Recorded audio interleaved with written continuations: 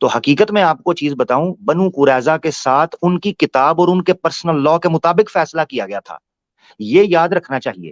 تو ان کا بیٹریل کرنا اور ان کی کتاب کے مطابق کوئی فیصلہ کرنا، آپ کہہ رہے ہیں، یہ میں نے اس لیے ڈیٹیل پیش کیا ہے کہ مشرکین مکہ کے ساتھ معاملہ اور اس لیے ہوا تھا کہ ان کے پاس ہارڈ اینڈ فاسٹ رول نہیں تھا، ان کے لیے آپشنز کھلے تھے. صحیح، یہود کے زبردست، پاس کتاب موجود تھی، ان کی بہت کتاب کے شاندار، مطابق ان کو سزا دی گئی. یہ امپورٹنٹ ہے. بہت عمدہ. اچھا سچن ایکس مسلم صاحب، اس طرح کے سوالات ایک نہیں 100 ہو سکتے ہیں. ظاہر ہے کہ ہم آپ کے سارے اعتراضات کا یا سوالات کا آج کی نشست میں تو جواب نہیں دے پائیں گے، ٹائم کی قلت کی وجہ سے. آپ ویسے بھی آخری کالر ہیں اور ہم 29 منٹ اوپر چل رہے ہیں. تو میں صرف یہ کہنا چاہوں گا کہ جب آپ کو توحید بھی صحیح لگ رہی ہے، رسالت کو بھی آپ ممکن ہی نہیں درست مانتے ہیں، ٹھیک ہے، تھوڑا بہت اگر آپ کو کہیں سوال ہے وہ رسول اللہ صلی اللہ علیہ وسلم کی کچھ احادیث کے تعلق سے ہے، جو آپ ہماری مجلس میں یا ہماری اسٹریمز میں آتے رہیں گے تو وہ کلیئر ہوتا رہے گا انشاءاللہ. آج نہیں، آج سے 1 سال کے بعد ہو جائے گا. آپ نے جو قربانی دی ہے نا، وہ قربانی آپ کی لڑکی کے لیے نہیں ہونی چاہیے، وہ قربانی آپ کی سچائی کے لیے ہونی چاہیے. اور آپ سچائی سے ابھی تھوڑا سا بیک سٹیپ آپ نے لیا ہے، بہت دور نہیں گئے ہیں. میں چاہتا ہوں کہ میں آپ کا ہاتھ پکڑ کر واپس لے آؤں. آپ تیار ہیں یا نہیں یہ بتائیے. چونکہ توحید بھی کلیئر ہے، آپ کی نمازیں بھی کلیئر ہیں، آپ عبادت کو بھی صحیح سمجھتے ہیں، رسالت کو بھی آپ صحیح سمجھتے ہیں، رسول اللہ صلی اللہ علیہ وسلم کی کچھ حدیثوں پر اعتراض ہے وہ آپ کا آہستہ آہستہ حل کرتے رہیں گے. اور ختنہ تو ہوا ہی ہوا ہے. جی جی بھائی. ہاں ٹھیک ہے، اگلی سٹریمز میں باتیں ہوتی رہیں گی، پھر تب انشاءاللہ دیکھیں گے، ڈاؤٹ سالونگ ہوگا تو یقین ہوا تو ٹھیک ہے، میں دوبارہ سے کلمہ پڑھ لوں گا انشاءاللہ. انشاءاللہ اللہ تعالیٰ آپ کو انشاءاللہ، ہدایت ماشاءاللہ، دے، ہم آپ کے لیے دعا گو ہیں. ماشاءاللہ. چلیں ٹھیک ہے، بہت بہت ماشاءاللہ. شکریہ.